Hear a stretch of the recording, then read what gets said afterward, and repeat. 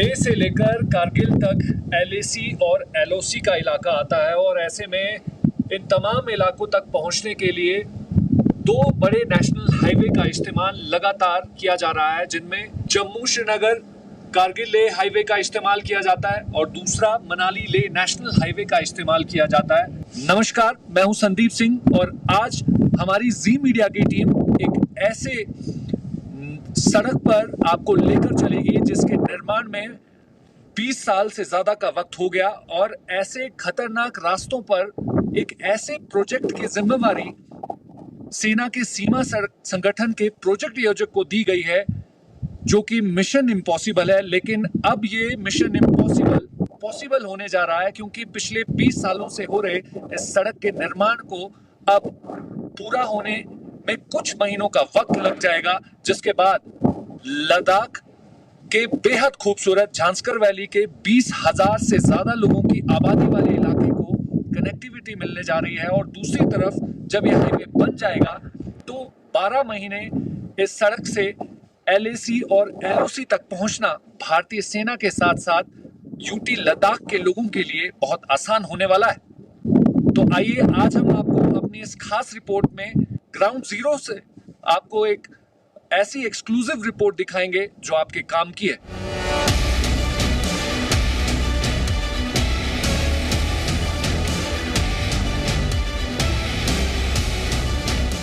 दारचा से निम्मू तक एक ऐसी सड़क का निर्माण कार्य किया जा रहा है जो आने वाले समय में एक ऐसे महत्वपूर्ण रोल को अदा करने वाली है जिससे यूटी लद्दाख को और सीधा सीधा कारगिल को फायदा होने जा रहा है। आज हमारी टीम ग्राउंड जीरो पर जाकर आपके लिए इस रिपोर्ट को तैयार करेगी और हर उस तस्वीर को दिखाएगी जो पहली मर्तबा टीवी पर दिखने जा रहा है।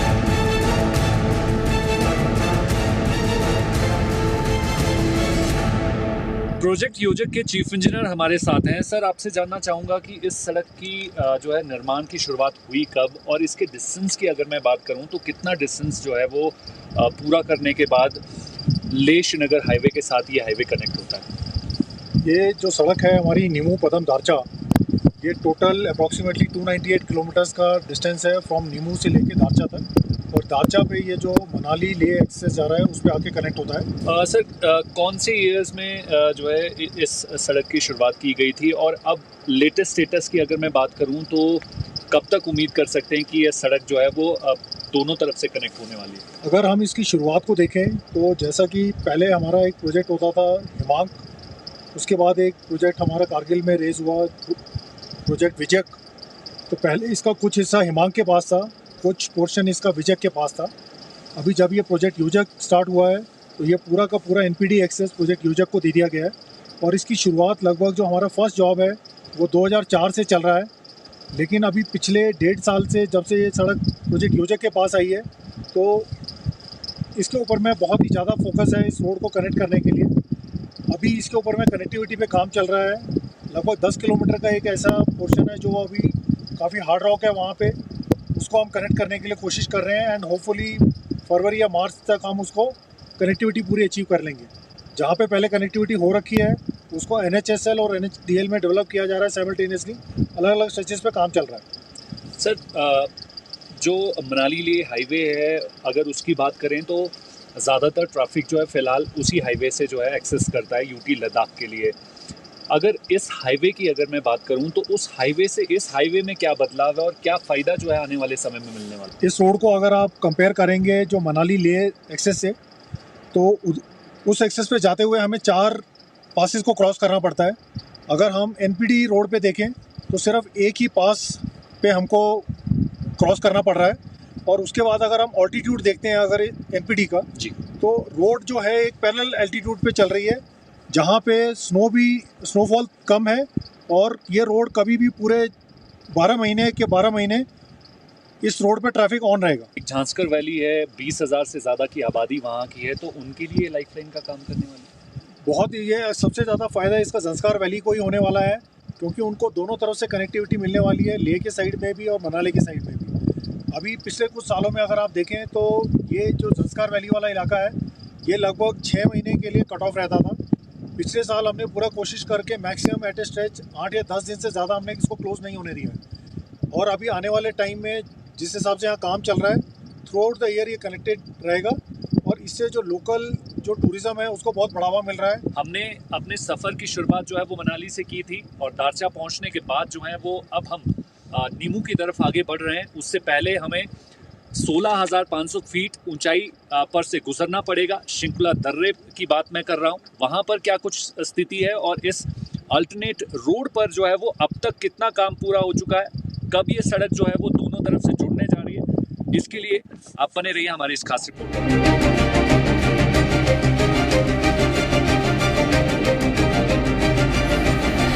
दारचा से नीमू के डिस्टेंस की अगर बात करें तो उनमें सबसे ज़्यादा चैलेंजिंग शिंकुला पास आता है और शिंकुला दर्रे के दोनों तरफ की सड़क तक जो है वो अप्रोच करना सर्दियों के दौरान काफ़ी चैलेंजेबल होने वाला है, क्योंकि यहाँ पर सर्दियों में 10 से 15 फीट बर्फबारी हर साल होती है और उसके बाद स्नो क्लियरेंस करने का एक्सपीरियंस जो है वो इसी साल के विंटर में किया गया है।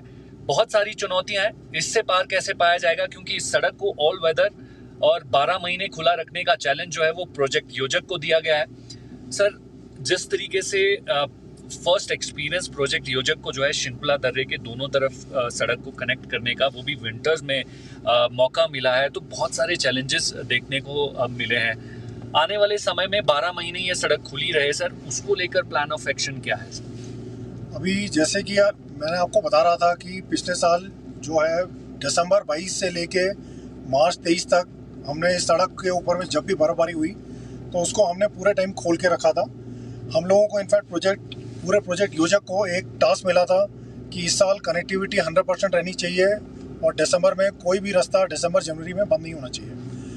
जितने भी हमारे कर्मयोगी हैं उन्होंने बहुत ही मेहनत से यहाँ पे काम किया।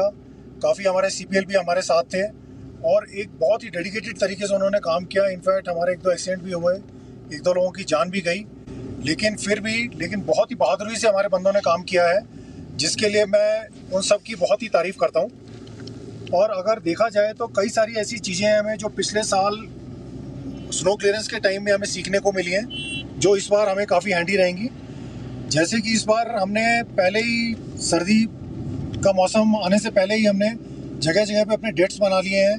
वहाँ पे जितना इम्पोर्टेंट हमारा जो FOL के डेट्स हैं वो और खाने पीने का सामान है वो पहले से ही स्टॉक करके रखा हुआ है, और जितना प्लांट है उस सब के लिए कवर्ड करके पार्किंग स्पेस भी बनाया गया है, ताकि जो हमारा पिछले साल टाइम वेस्ट होता था स्नो क्लियरेंस इक्विपमेंट को साइट पे ले जाने के लिए, और वहाँ से जब रात को काम ख़त्म करके कर्मयोगी वापस आते थे, तो उस टाइम को कम करने के लिए हमने क्लोजेस्ट टू द शिंकुला जगह पे हमने अपने शेड्स बनाए हुए हैं और वहाँ पे उनको FOL और अपने खाने पीने के सामान को अभी से स्टॉकिंग करना स्टार्ट कर दिया। सर, अगर सिचुएशन की अगर बात करें तो हम देख सकते हैं कि आज भी स्नोफॉल हुआ है और बर्फ़ जो है इन पहाड़ों पर देखी जा सकती है। 14,000 फीट की ऊंचाई पर हम इस वक्त ट्रैवल कर रहे हैं, 16,500 फीट की ऊंचाई तक अभी हमें पहुंचना है, लेकिन इस पूरे पोर्शन पर मल्टीपल जो है एवलांच प्रोन एरियाज आते हैं, फ्लैश फ्लड जोन आते हैं, तो ऐसे में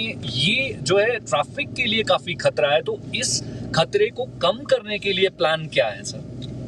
जैसा कि आप अभी देख ही पा रहे हैं, यहाँ पे एक्चुअली इस एक्सेस को डेवलप करने में गवर्नमेंट की तरफ से थोड़ा देरी इसलिए भी हुई है क्योंकि ये क्लाइमेटिकल कंडीशन के हिसाब से अगर आप इस इलाकों को देखें तो बहुत ही हार्श वेदर है जी। यहाँ पे इनफैक्ट अभी तो आप स्नो देख रहे हैं, यहाँ पे जब जून में लोग गर्मी से त्रस्त होते हैं उस टाइम पे भी यहाँ पे बर्फ़ गिर रही होती है। अभी जैसे आप रोड के दोनों साइड में देखेंगे, सेफ्टी मेजर्स को इम्प्रूव करने के लिए दोनों साइड पे इसके क्रैश बैरियर लगाए जा रहे हैं। जहाँ जहाँ पे ज़रूरत है हमने सांसे को इंक्लूड करके काफ़ी यहाँ पे रेकी करी है और 50 से ज़्यादा जगह ऐसी आइडेंटिफाई करी हैं जहाँ पे या तो हमारे को एवलांच का खतरा है या फिर लैंडस्लाइड का कोई भी खतरा है। तो उन सभी जगह पे भी साइमल्टेनियस काम चल रहा है और आने वाले समय में उन सब चीज़ों से भी पार निपटा जाएगा। अगर हम देखें तो बारिश के मौसम में भी यहाँ पे काफ़ी हैवी रेनफॉल भी होता है जिसकी वजह से लैंडस्लाइड काफ़ी ज़्यादा आते हैं। उन सब चीज़ों को भी देखने के लिए काफ़ी स्लोप सेलिब्रेशन के साइट भी हमने आइडेंटिफाई किए हुए हैं जिनके ऊपर भी अभी साइमल्टेनियसली काम स्टार्ट होने वाला है। बिल्कुल।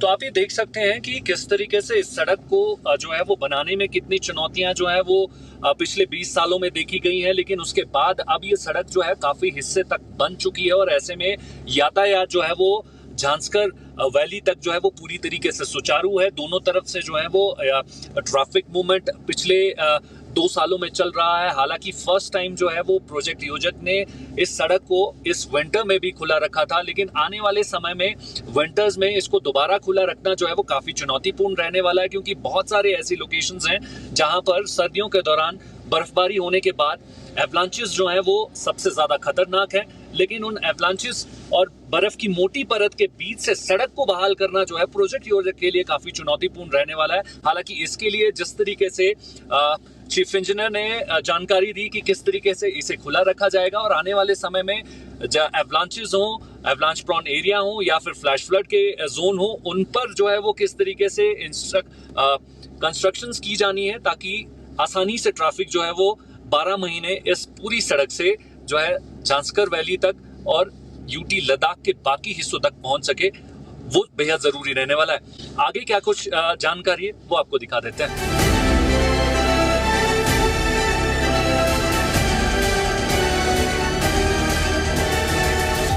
इस वक्त हम लोग 15,900 फीट की ऊंचाई पर हैं और समुद्र तल से इतनी ऊंचाई पर पहुंचने के बाद क्या कुछ नज़ारा दिखाई देता है, आइए आपको सबसे पहले दिखा देते हैं।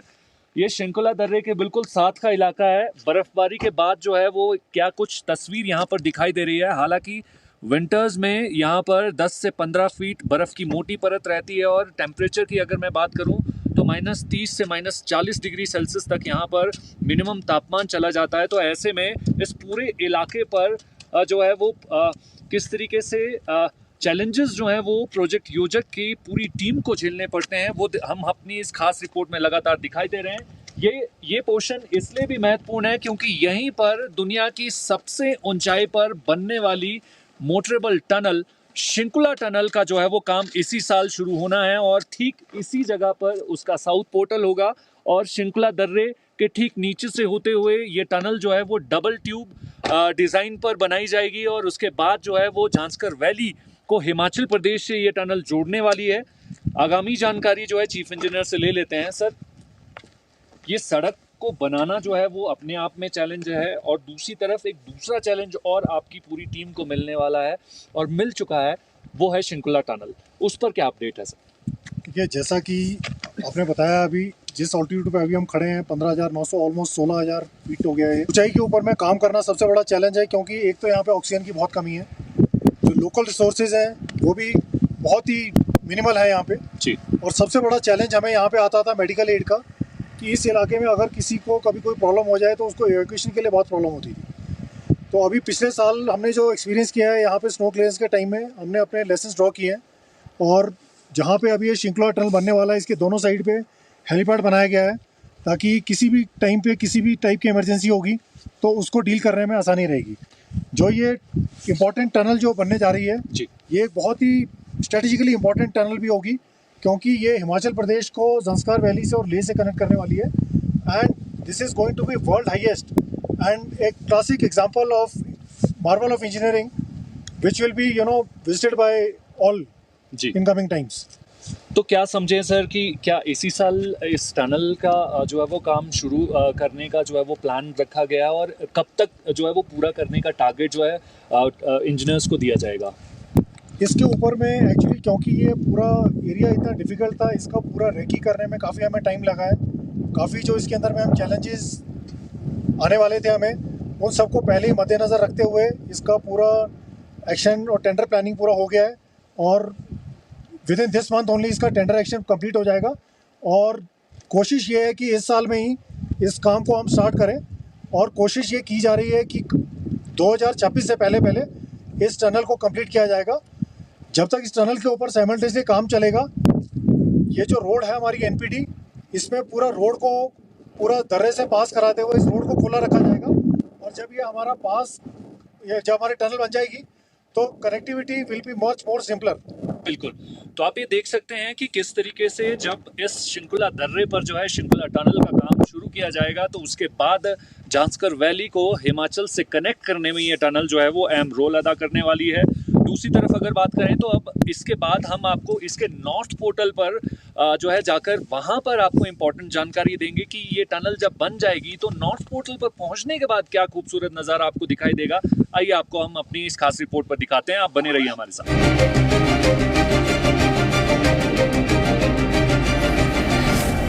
चलिए शिंकुला में पहुंच चुके हैं, शिंकुला दर्रे में। सर, ये टॉप पे पहुंचने के बाद जो है वो कंडीशंस बिल्कुल डिफरेंट हो जाती है, क्योंकि यहाँ पहुंचने के बाद समझना जो है वो आसान होगा। हालांकि स्क्रीन पर जो दर्शक देख रहे होंगे वो समझ नहीं पाएंगे कि यहाँ पर पहुंचने के बाद -7 से 8 डिग्री सेल्सियस के आसपास इस वक्त टेम्परेचर है। जब टेम्परेचर इससे भी नीचे गिर जाता है तो इतनी टफ कंडीशंस में काम करना काफ़ी मुश्किल रहता है।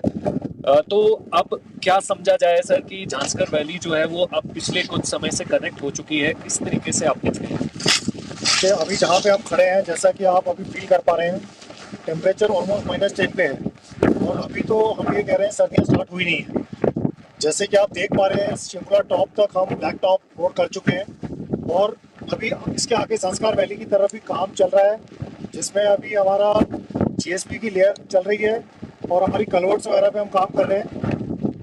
नेक्स्ट ईयर में 2024 में यहाँ से लेके संस्कार वैली तक, बदाम तक पूरा ब्लैक टॉप कर दिया जाएगा और कोशिश ये है कि डबल लेन पूरा का पूरा कनेक्ट किया जाएगा। और जैसे कि अभी आने वाले दिनों में यहाँ पे आप देखेंगे तो जैसे जैसे स्नो का यहाँ पे लेवल बढ़ता जाता है, लगभग 15 से 17 फीट की स्नो होगी और जब हम पूरा इसको क्लियर करते रहते हैं तो स्नो लग जाएगी हमारे दोनों तरफ में। But the good thing is, पिछले साल जब हमने इस काम को ग्राउंड पे किया है तो हमारे लोगों को काफ़ी एक्सपीरियंस मिला है और हौसला भी हमारा बढ़ा है। और स्पेशली यहाँ से जब पिछले साल में हमने संस्कार वैली के लोकल लोगों को यहाँ से क्रॉस करने के लिए और मेडिकल इवैक्यूएशन के लिए रास्ता दिया है, तो काफ़ी अभी यहाँ पे मोरल आई है और जितने भी कर्मयोगी यहाँ पे साइड पे काम कर रहे हैं। And the best thing is, इस वक्त काफ़ी सारे वॉलंटियर्स हैं पूरे बॉर्डर रोड के अंदर जो इस पर्टिकुलर एरिया में आके काम करना चाहते हैं और इतिहास बनाना चाहते हैं।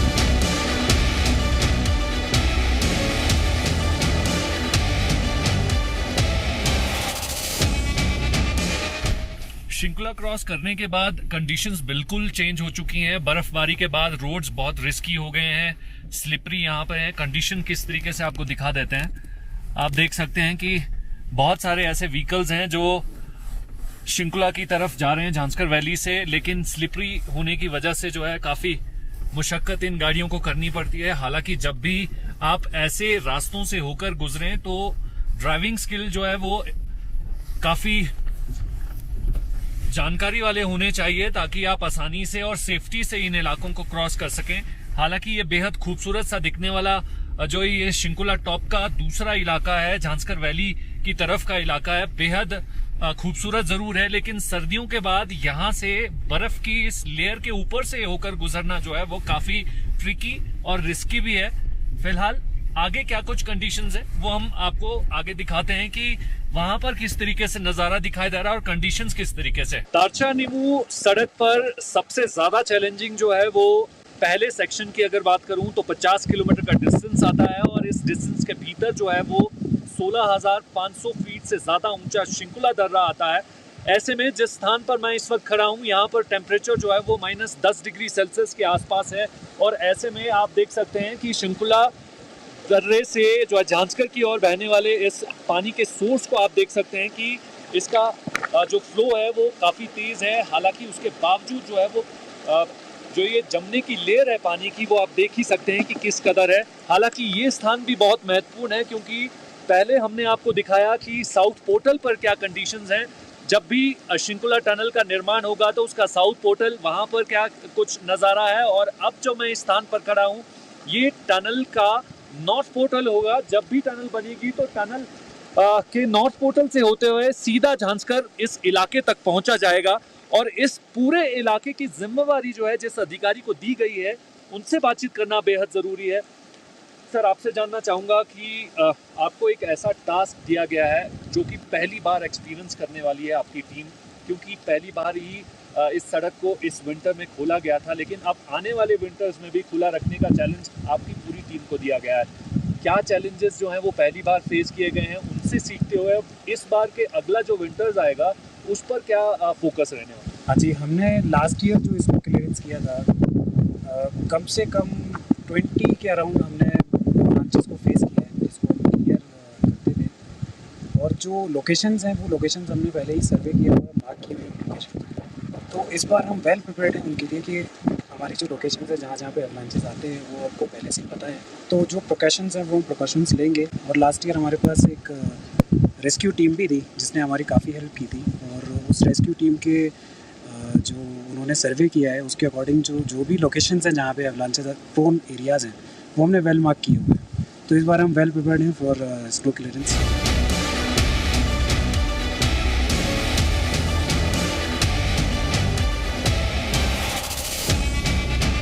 मनाली से लगभग 200 किलोमीटर से ज्यादा किलोमीटर की दूरी तय कर चुके हैं। बेहद खूबसूरत इलाकों से होकर हमारे इस सफर के दौरान क्या कुछ आया, हमने आपको सब कुछ दिखाया है। और अब हम 14,000 फीट की ऊंचाई पर जिस स्थान पर खड़े हैं, ये गांव का नाम है। और इस ऑल्टीट्यूड पर पहुंचने के बाद जो है वो क्या कुछ खूबसूरत नज़ारा यहाँ पर देखा जा सकता है, उसकी तस्वीर हम एक्सक्लूसिव आपको दिखा रहे हैं। 14,000 फीट की ऊंचाई है, और 14,000 फीट की ऊंचाई पर जिस तरीके से आप इस झांसकर वैली के इन गांव को देख सकते हैं, तो जाहिर तौर पर चुनौतियों से भरा ये पूरा का पूरा इलाका है। और इस इम्पोर्टेंट सेक्टर में जो है बहुत सारी चुनौतियां हैं, उसको भी बताना बहुत ज़रूरी है। हमारे साथ इस सेक्टर की जिम्मेवारी संभाले हुए अधिकारी हैं, उनसे बात कर लेते हैं। सर, ये वाला सेक्टर जो है वो काफ़ी इम्पोर्टेंट है, क्योंकि इस सेक्टर के बिना जो है वो शिंकुला कनेक्ट नहीं हो सकता है। तो नई सड़क बनाई गई है, कितना समय लगा और क्या चैलेंजेस फेस किए हैं? देखिए, फ़िलहाल हम जिस लोकेशन पे इसे चाह कहते हैं, ये 14,000 फीट पे है। और 13 टास्क फोर्स जो हमारा न्यू पदम दाचा रोड बना रहा है, उसके एक इम्पॉर्टेंट लोकेशन RCC 126 RCC का ये हेडक्वार्टर लोकेशन एडमिनिस्ट्रेटिवली बड़ा इम्पॉर्टेंट है। यहाँ से 126 RCC जो है अपना शिंकुला टनल एंड दूसरी तरफ पदम, दोनों से बराबरी से दूरी पर लोकेटेड है।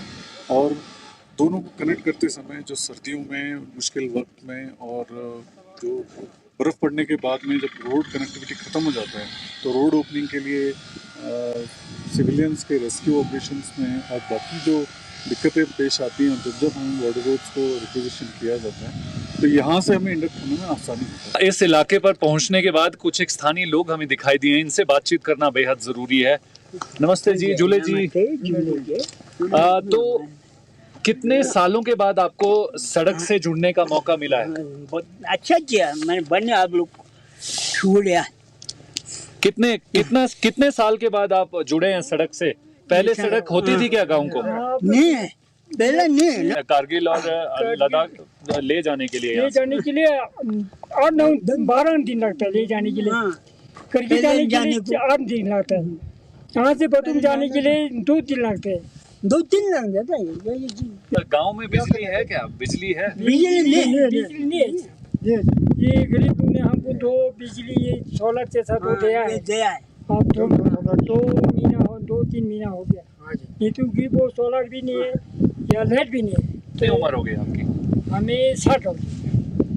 तो 60 साल में आपको कितने सालों के बाद सड़क से जुड़ने का मौका मिला? हमको जोड़ने ये 50 का जोड़े। तो 50 साल के जब आप हुए तब आपने सड़क देखी? तब सड़क देखे, तब सड़क देखे। कोई गरीब भी देखे जो हमारे यहाँ यहाँ जो देखो ना, यहाँ जरूर में पहुँचकर बहुत साल हो गया ना। ये गरीब लोग घरों से फिर जल्दी किया, नहीं तो हमारे PW को 6-8 साल जरूर में ले गया। तो आप ये देख सकते हैं कि यहाँ के स्थानीय लोग हैं, 60 वर्षीय बुजुर्ग थे। इनकी एक्साइटमेंट देखकर आप समझ सकते हैं कि 50 साल के बाद जो है इन्हें सड़क से जुड़ने का मौका मिला। और इस सड़क के बनने के बाद जो है यहाँ पर किस तरीके से अब डेवलपमेंट्स में जो है वो तेज़ी आना शुरू हो गई है, उसकी जो है वो एक्साइटमेंट और तस्वीर जो है इनके चेहरे पर देखी जा सकती है। और जाहिर तौर पर यही दिखाने के लिए जी मीडिया की टीम ग्राउंड जीरो पर पहुंची है, ताकि आप घर बैठे हमारी इस खास कवरेज को देखें। और इस बेहद खूबसूरत इलाके पर जब भी आप यहाँ पर आएँ तो इस पूरे इलाके को जो है आप निहार सकते हैं। अब आगे की तरफ अब बढ़ लेते हैं और वहाँ पर किस तरीके से क्या कुछ जो है नया अपडेट आपके लिए हम ला सकते हैं वो आपको दिखाते हैं।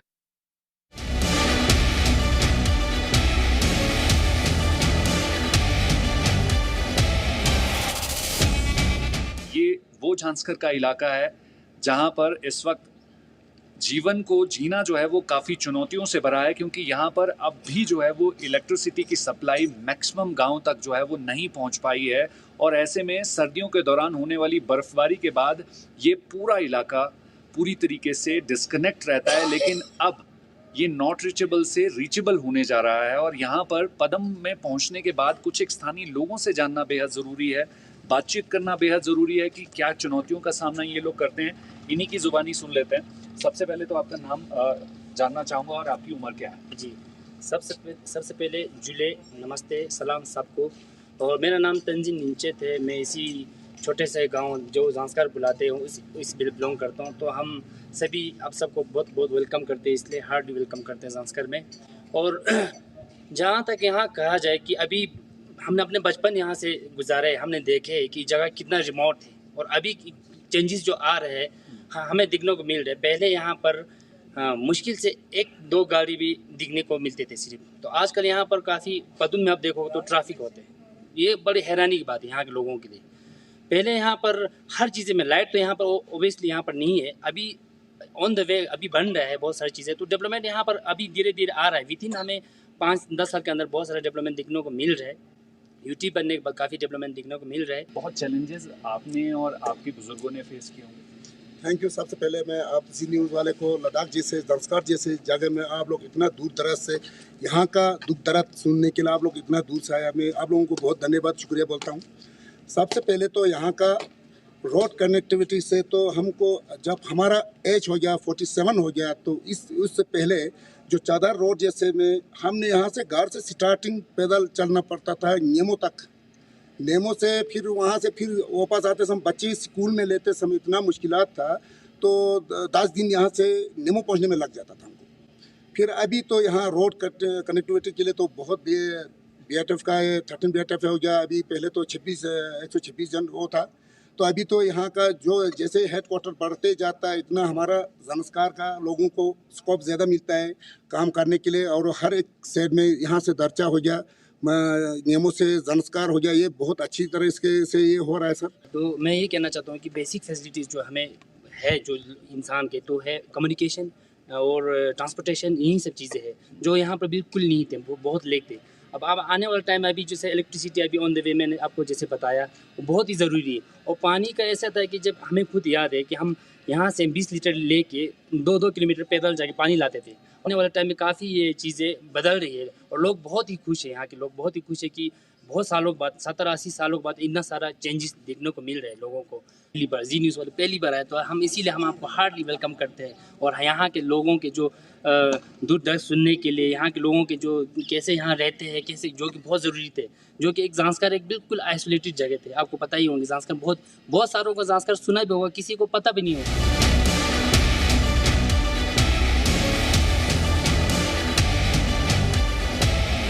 पदुम से नीमू की तरफ हमने अब अपने सफ़र की शुरुआत जो है वो कर दी है। और इस दौरान किस तरीके से अब टैरन्स आ रहे हैं, क्या खूबसूरत नज़ारा देखने को मिल रहा है, वो हम लगातार अपनी इस रिपोर्ट में आपको दिखा रहे हैं। दूसरी तरफ अगर बात करें तो पदम से निराग तक के जो स्ट्रेच की अगर मैं बात करूं तो ये लगभग 80 किलोमीटर का स्ट्रेच आता है। और इस दौरान सबसे चैलेंजिंग पोर्शन की तरफ अब हम पहुंच चुके हैं। मैं चाहूँगा कैमरा पर्सन से कि एक बार पैन करके दिखाएं। और गाड़ी से चलते हुए जब हम आगे की तरफ देखेंगे तो यहाँ पर समझ सकते हैं कि क्या चैलेंजेस जो हैं वो इस वक्त 13 टास्क फोर्स को जो है वो झेलना पड़। बातचीत करने के लिए 13 टास्क फोर्स के कमांडर हमारे साथ हैं। सर, आपसे जानना चाहूँगा आपकी टास्क फोर्स को जो है वो टफ 13 क्यों कहा जाता है? Good morning, thank you. Tough 13 हमारी टास्क फोर्स को इसलिए कहा जाता है बिकॉज जिस प्रकार का टरेन का हम सामना करते हैं इस रोड को बनाने के लिए, वो ना सिर्फ इंडिया में, मेरे ख्याल से वर्ल्ड की सबसे डिफ़िकल्ट टरेन में मानी जाती है। अभी जिस एरिया में हम जा रहे हैं ये एक निराग गॉर्ज है और हमारे पूरे नीमू पदम दारचा का जो रोड है इसका सबसे मुश्किल जो स्ट्रेच है इसी में आता है। आप देखेंगे कि यहाँ पे जो पूरा स्ट्राटा है पूरा हार्ड रॉक का स्ट्राटा है जी। और वर्टिकल जो स्लोप्स हैं उनको काट के सी कट हाफ केव टाइप बना के हमको यहाँ पे रोड बनाने का हमारा प्लान है और इसी की तरफ हम अभी कार्यरत हैं। और इसमें जो स्पीड भी है काम करने की, बहुत ही स्लो एक तरह से कह सकते हैं कि जो हमको जो हार्ड रॉक स्ट्रेच मिलता है लगभग 10 से 15 मीटर पर डे का हमको प्रोग्रेस मिलता है जी। द स्टफ 13 इसलिए भी कहा जाता है बिकॉज इनहेरेंट रिस्क बहुत है इसमें जी। आप देख सकते हैं बिकॉज कई जगह पे फ्रैक्चर्ड रॉक है, कहीं पे हार्ड रॉक है जी। तो जब आप यहाँ ब्लास्टिंग करते हैं तो ब्लास्टिंग करने के बाद जब आप फॉर्मेशन कटिंग करते हैं उसके बाद भी कोई इस चीज़ की गारंटी नहीं है कि बिल्कुल स्टेबलाइज स्लोप आपको मिलेगा जी। ये अमूमन कई बार हो चुका है कि हम रोड को काट के आगे बढ़े हैं जी। और किसी फ्रैक्चर्ड रॉक के हिस्से के कारण वो पूरा का पूरा हिल स्लोप नीचे आया जी। अनफॉर्चुनेटली पास्ट में हमारी जान माल और इक्विपमेंट का भी काफ़ी नुकसान हुआ है जी। But that is part of the job and हम बिल्कुल फोकस्ड हैं अपने काम की तरफ।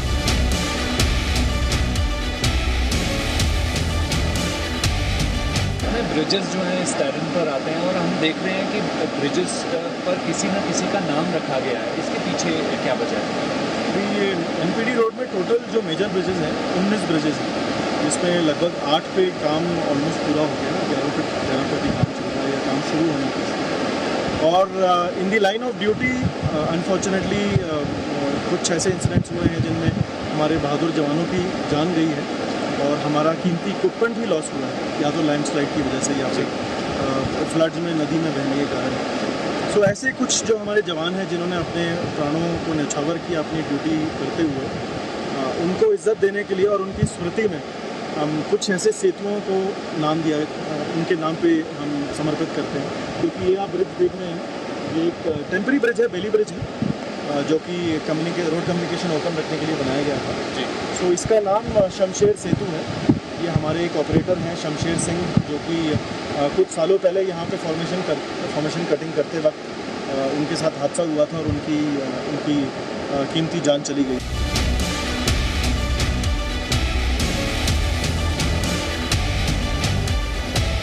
पूरी वैली में पहले सड़क न होने की वजह से यहाँ तक पहुँचना बेहद मुश्किल रहता था और हालांकि इस जांस्कर वैली के लोगों को अगर लद्दाख की तरफ या लेह की तरफ जाना है तो वहाँ पर पहुँचने के लिए विंटर्स का इंतज़ार करना पड़ता था और विंटर्स में लेह तक पहुँचने के लिए 8 से 10 दिन इन्हें पैदल लगते थे, लेकिन रास्ता जो है वो ठीक इस नदी से होकर जाता है। हालांकि ये बताना बहुत ज़रूरी है क्योंकि चादर ट्रैक जो है वो काफ़ी फेमस रहा है इस झांसकर वैली में। लगभग 100 किलोमीटर के डिस्टेंस को पार करने के लिए सर्दियों का इंतज़ार करना पड़ता है। ऐसे में जो ये झांसकर नदी है, ये नदी पूरी तरीके से जम जाती है। लगभग 1.5 मीटर से ज़्यादा जो है वो इस पूरे नदी में जो है पानी जम जाता है और लगभग 3 से 4 फीट की जब बर्फ़ की मोटी परत रहती है तो ऐसे में या इसी नदी के ऊपर से होकर झांसकर वैली के लोग जो हैं वो इस इलाके से बाहर निकलते थे और इस इलाके के भीतर आते। तो ऐसे में आप समझ सकते हैं कि कितनी चुनौतियों का सामना जो है वो इस झांसकर वैली के लोग पिछले 50 सालों में करते रहे हैं। और ऐसे में इस वक्त जिस तरीके से दारचा श्रृंखला नीमू सड़क का निर्माण कार्य जो है वो इस वक्त युद्ध स्तर पर किया जा रहा है, तो जाहिर तौर पर ये सड़क जो है इस पूरे झांसकर वैली के लिए लाइफलाइन के तौर पर काम करने वाली है।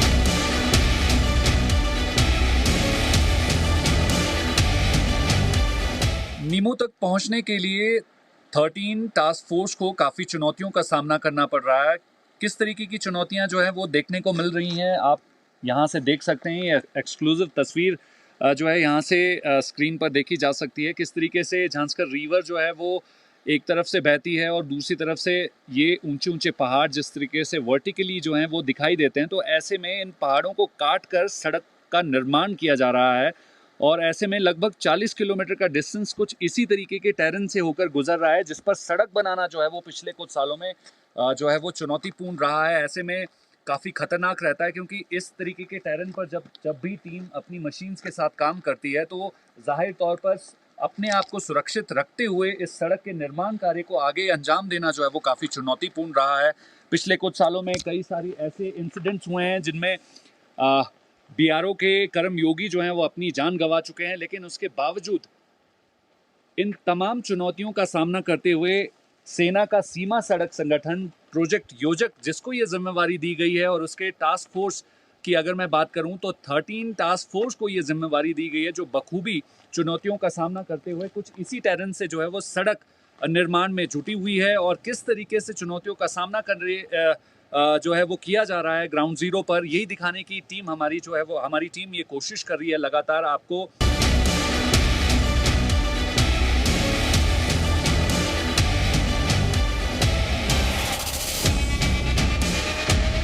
हमने हमारे सफ़र की शुरुआत 230 किलोमीटर पहले दाचा से की थी और उससे पहले हम मनाली से अपनी टीम के साथ इस सफ़र के लिए निकले थे। ये सफ़र बहुत चैलेंजिंग रहा है और इस सफ़र के दौरान क्या कुछ खूबसूरत तस्वीरें, क्या कुछ चैलेंज से भरी तस्वीरें जो हैं वो इस सड़क निर्माण से जुड़ी हुई हमको देखने को मिली। हमने वो अपने कैमरे के ज़रिए इस खास रिपोर्ट में आपको दिखाई है। अब हम 230 किलोमीटर के उस महत्वपूर्ण सेक्शन पर पहुँच चुके हैं जो कि इस वक्त दिखाना बेहद ज़रूरी है। मैं कैमरा पर्सन से कहूँगा कि एक बार थोड़ा नज़दीक ज़रूर आए। इस स्थान तक पहुँचने के लिए हमें लगभग 230 किलोमीटर का सफ़र तय करना पड़ा है और उससे ज़्यादा जो है जिस तरीके से इस सड़क को बनाने के लिए जो है वो मेहनत की जा रही है उसकी तस्वीर आप देख सकते हैं। और यहाँ से आगे तक की जो सड़क को कनेक्शन करने के लिए लगभग 10 किलोमीटर का डिस्टेंस बचा हुआ है जिसे अभी भी बनाना बेहद ज़रूरी है, जिस पर काम किया जा रहा है। और दूसरी तरफ अगर मैं बात कर लूँ तो नीमू से इस स्थान तक पहुंचने के लिए डिस्टेंस की अगर कुल दूरी की बात करें तो लगभग 69 किलोमीटर का डिस्टेंस है जिसमें लगभग 90% जो है वो सड़क बनकर तैयार हो चुकी है। और ऐसे में इस सड़क को जुड़ने के लिए अब कुछ महीनों का इंतज़ार करना होगा।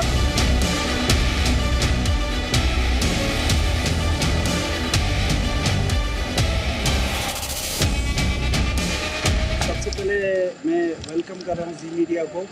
पहली बार आया कि इस इलाका कठिन जगह नीमू पदम चादर रोड में, तो बहुत बहुत धन्यवाद आपको यहाँ आने के लिए शुक्रिया गुजार करता हूँ।